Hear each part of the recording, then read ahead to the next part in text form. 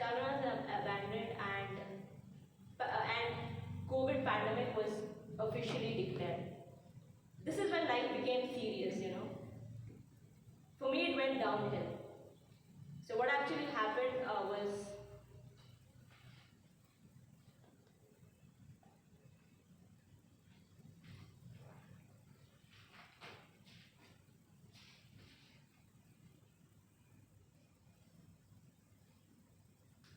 so next thing that happened, life became serious. I was told to pick a career for myself. I was told to ditch my tennis classes, but I was given two options. One, doctor, and one more, engineer. You're free to choose. So I chose physics, chemistry, biology, and I surrendered myself to go to a 12th century cave in the outskirts of Hyderabad, where there's no source of light, no communication, only depression.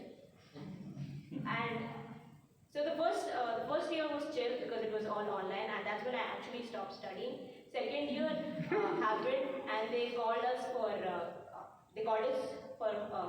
back to the hostels. I went to the hostel, and I only lasted 2 weeks. In that hell, it was traumatic. It was a hell hole, to be honest. And then I shifted back to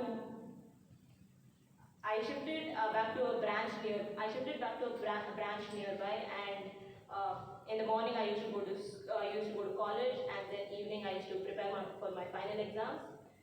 So eventually 12th state boards were done. I did not give my NEET.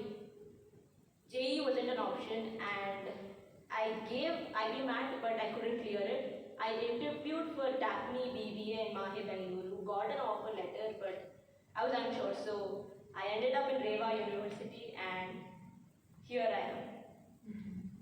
If there's anything you want to take away from today's speech, then it should be, dude, you guys should do drugs in your college. Your story would be much more dramatic.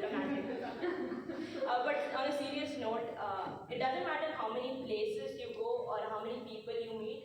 At the end of the day, it all comes down to how you use those experiences to make a difference in the world.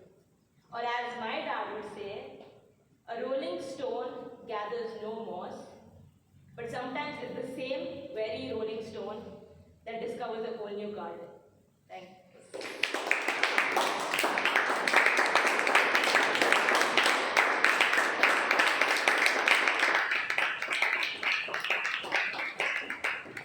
Okay, we keep standing. We also standing.